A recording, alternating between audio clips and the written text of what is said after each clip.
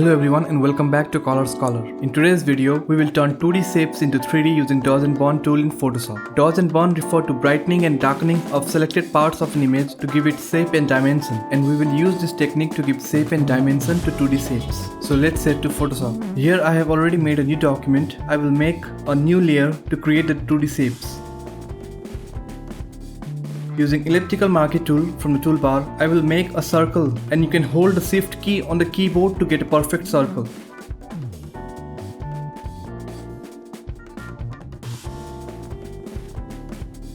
Then I will fill the selection with grey color by pressing Shift plus F5 to open Fill Content box and select 50% grey from the drop down list. Press Ctrl plus D to deselect.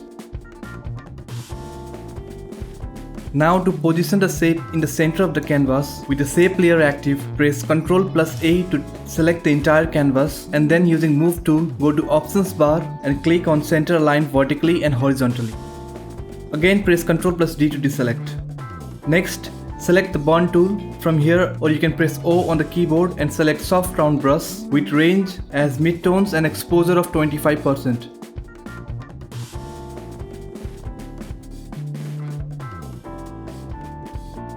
Now drag from the top left corner to the bottom right corner to give shadow to the shape.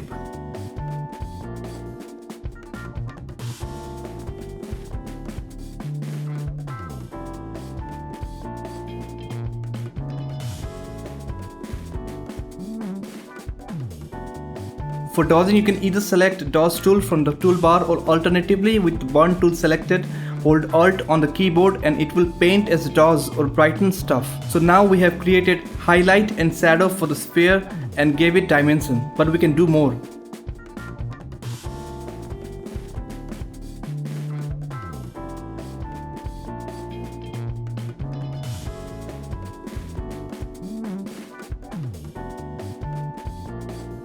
We can apply contrast or darken or brighten it using Curves Adjustment layer. Click this icon to clip it to the shape so that it only affects the sphere.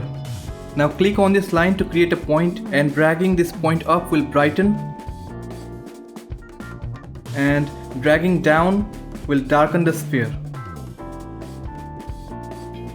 To increase contrast, you can lower the shadow and increase the highlights to make an S curve. You can click on the eye icon to see the effects.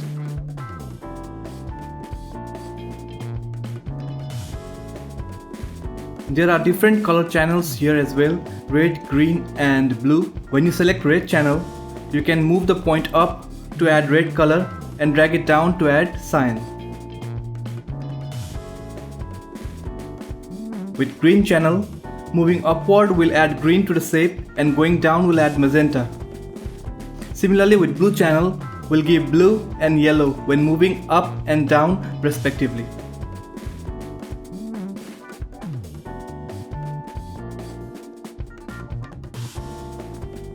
You can also use color balance to add in color.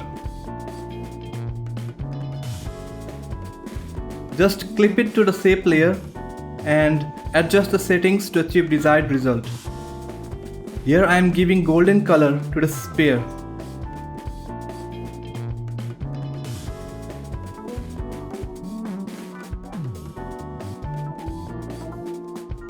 Let's put all these layers in a group and name it sphere.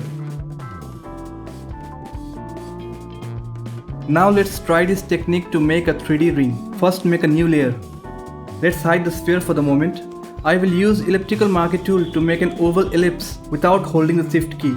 Only use shift key when you want to make a perfect circle.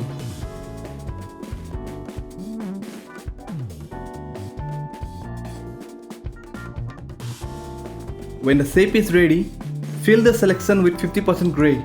Now with the selection still active, press Q to go to the quick mask mode and our selected area will be highlighted in red. Press Ctrl plus T to load transform mode, and by holding Alt on the keyboard, scale the selection down to the center.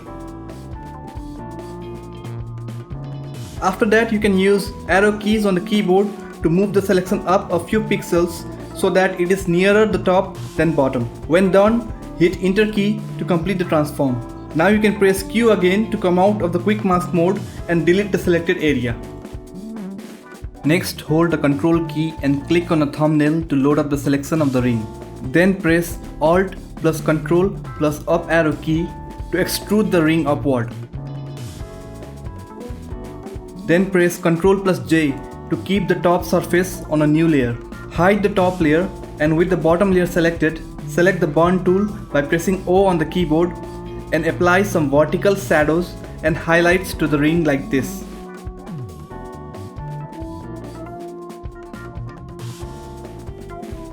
You can toggle between dodge and burn simply by holding the Alt key on the keyboard.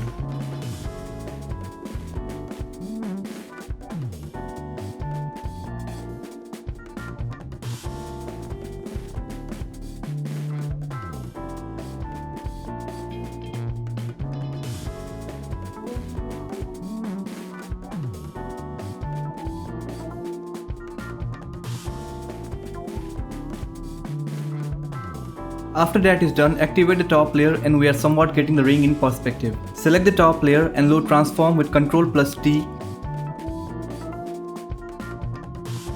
and drag the bottom center point up a little bit by holding the shift key. Apply dodge and burn to the surface as well so that it doesn't appear uniformly grey.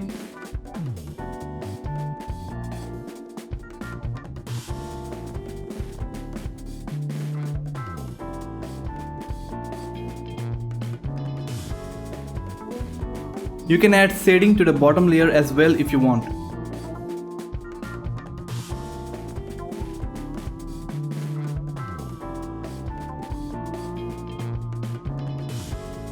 Now select the top layer and load up the selection like before. And press Q to go to the quick mask mode. Press Ctrl plus T to activate free transform and use arrow keys to move the selection up 2 pixels by pressing twice the arrow keys. Press Enter to complete the transform and press Q to come out of the quick mask mode. Now inverse the selection by pressing Shift Ctrl I, or you can go to select and choose inverse. Using the dodge tool, paint on the front and back edges of the top layer to give beveled effect to the ring so that it looks more real.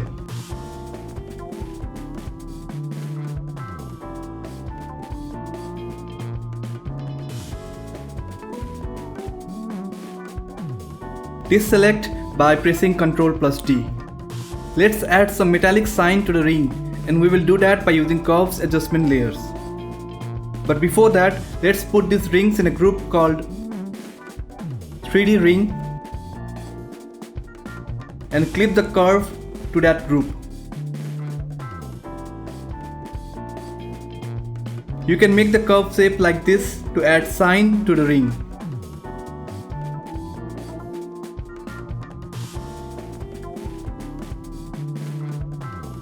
You can check the effect by clicking on the eye icon. The only problem with this technique is it will create hard edges on the ring that don't look natural. You can see it clearly when you zoom it in. To solve this, first let's duplicate the group with Ctrl plus J. Hide the group below and merge the group to rasterize it. After that, click on the lock transparency button right here and then go to filter, blur and Gaussian blur and blur about 1.5 pixels. Locking the transparency prevented the outer edges from getting fuzzy and made inner edges smooth. Now the ring is done, but we can add some golden color using color balance adjustment layer. Make the color balance as above the curves adjustment layer, otherwise the colors will go haywire.